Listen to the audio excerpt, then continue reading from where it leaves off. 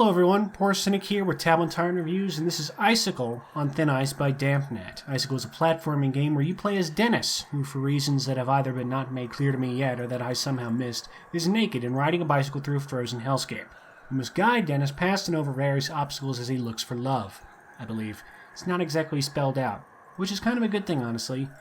And I actually had to restart this a few times just because it's hard to find a place to begin with this game. There's just so many positive things about it. In the top left, we have the little bicycle wheel, and that's essentially the number of lives you have on a level. And once you use up all those lives, you have to start the level again. There's no energy system, there's nothing like that. You can just play for as long as you like, which is very nice. It makes sense because this is a premium game. It's $2.99 in the App Store last I checked. The rows, that's essentially a hint. It allows you to...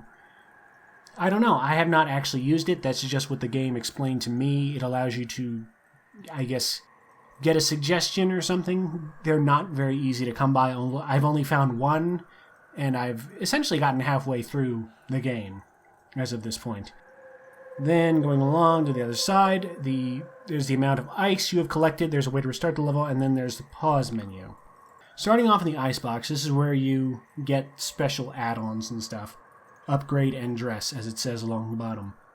And you do this by collecting ice, which I briefly explained is the thing it's a pickup in the levels.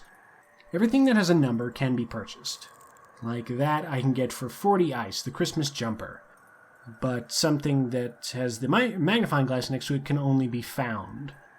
There are also upgrades for the vacuum cleaner, which allows you to pull ice in from further away, and the umbrella, which allows you to control how you fall. And that's an important part of many levels. Then there's locations. This is essentially just a level select, and also has the different challenges. As far as I can tell, the challenges don't really do all that much besides, I guess, bragging rights. They might play a part in unlocking some of these things in the icebox.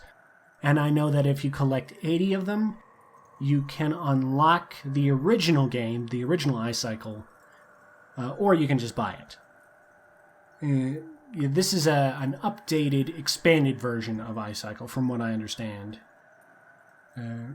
What else we got? We got dreams. These are sort of special surreal levels that you get by unlocking certain things.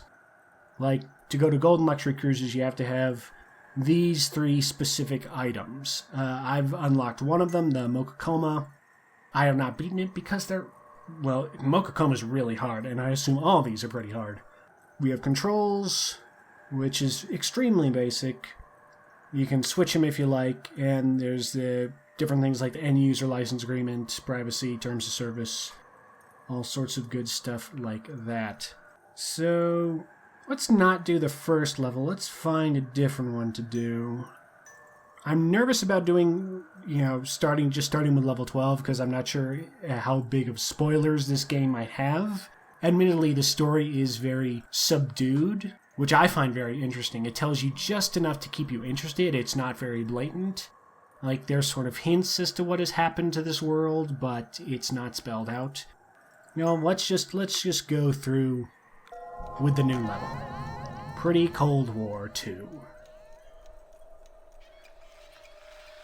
And so yeah, it's very basic. You just... Uh-oh. I think I screwed up. You obviously hit the buttons to go from side to side, and you hit the up button to go up. And can I actually... I don't think I can get up there now. Well, maybe I can using the tank. Up. Oh, come on. Damn it. Alright, so I have to restart this level, I think. Because I'm not sure I can... Oh, wait, maybe... Oh, come on. Well, doesn't matter. I'm toast. So yeah, this game can definitely be very, dang it, difficult at times. Especially the further along you go. This might have been the bad level to pick to start off with because I can't actually get anywhere. It's not exactly showing off this... Oh, come on, no. And I blew up again. I definitely made the right choice here. No, I jumped at the wrong time again. So it's all about trying to time this correctly, and I did not do that. Fortunately, man. Alright, again. I missed the jump again. Oh, come on. Controls are a little hard. Oh, okay. Maybe, can I get up this way? A little hard to control. Okay, so I didn't even need to bother with the bombs. Oh, and don't touch those frozen spiky things either. Whoops. And used up all my lives. So here we go again. Yeah, so basically, I was doing it wrong. The only reason to platform the bombs is if you want to collect all the ice. That was silly of me. There we go. What was I saying before? The controls are a little floaty, which is sort of to be expected with this kind of... Oh, shoot. Kind of platforming title. Plus it's all ice, which is meant to be kind of slippery. But that can probably... That might aggravate some people. I can definitely see that.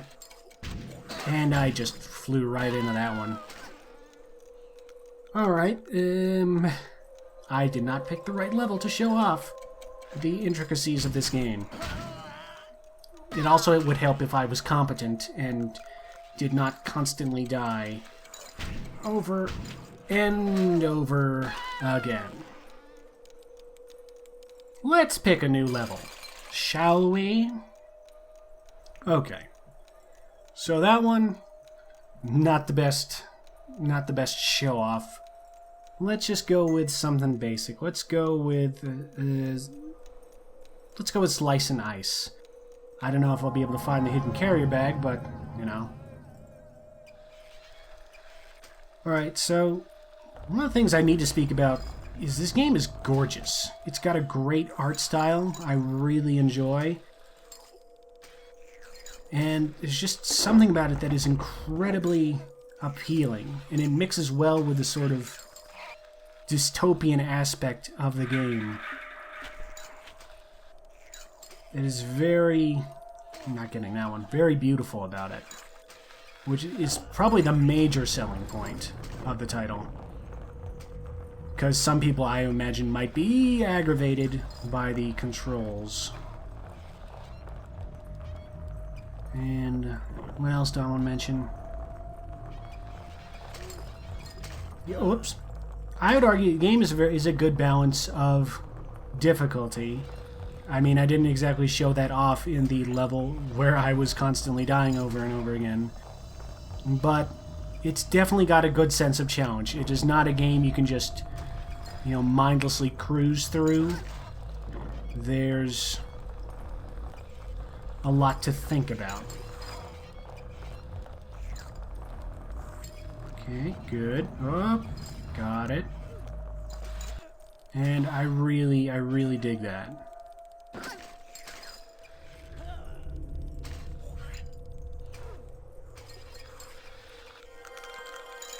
I did not see a carrier bag unless it was in that big block of ice.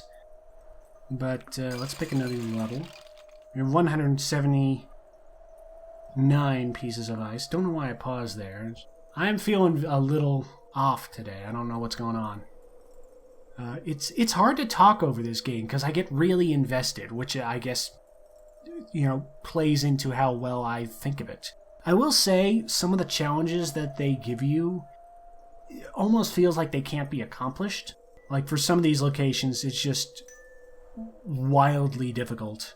Like I have no idea how you would complete Belly Breach 2 without deploying the umbrella. That just seems insane to me. Even completing a location with no more than 3 jumps, as easy as the first level is, I guess you have to time it just right for some of those jumps. But the closest I got was 4. I got to 4. Yeah, let's just do Ocean Plummet.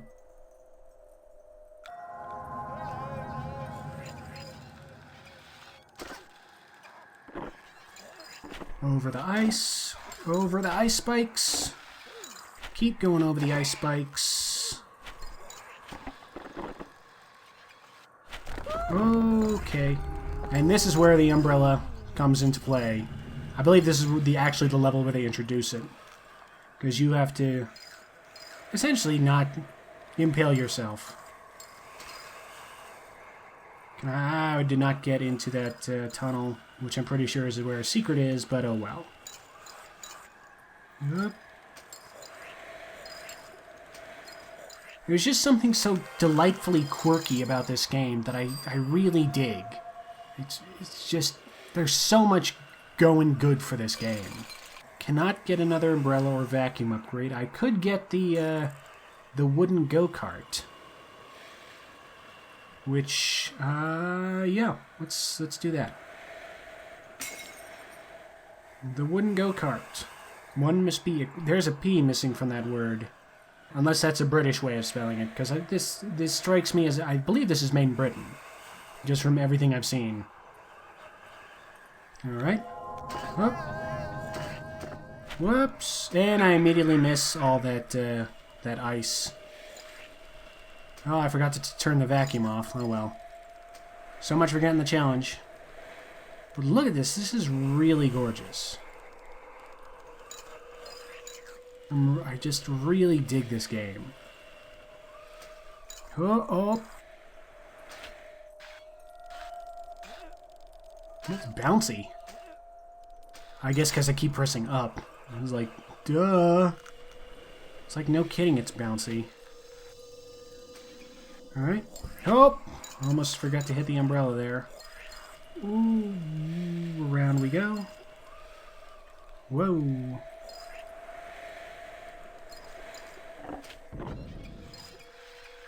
Alright. Down we go. Oh, and I get clonked on the noggin. And I dream of fish. And I think that's actually a good place to leave off for the final verdict. Admittedly, it wasn't a very long playthrough, but I think what I showed off is a good example of what the game has to offer. I really didn't know what to expect from Icycle when I picked it up, but I have to say, I've been very impressed by what I've seen and done so far. It's a gorgeous game with a story that draws you in little by little. It's certainly strange, but in a wonderful way. Gameplay does feel a little loose on occasion, but that's a minor complaint. Obviously, there's quite a bit of a difficulty spike at some points, which may turn some people off, but other people may really enjoy that. If you have any fondness for platforming games, you should pick up Icycle. As I may have mentioned before, it costs $2.99 in the App Store, and trust me, it is well worth the price. I've been Poor Cynic, ta-ta, and farewell.